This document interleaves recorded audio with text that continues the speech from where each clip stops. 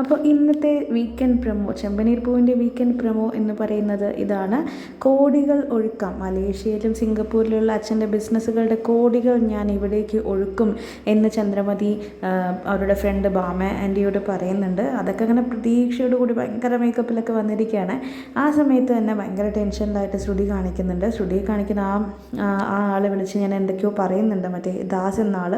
അപ്പോൾ ശ്രുതി ആകെ ടെൻഷനിലാണ്. ഇനി വേറെ വഴിയൊന്നുമില്ല, എനിക്ക് ശ്രുതിയുടെ സത്യങ്ങൾ എല്ലാം തുറന്ന് പറഞ്ഞേ പറ്റൂ എന്ന് ശ്രുതി ഉറച്ചു വിശ്വസിക്കുന്നു.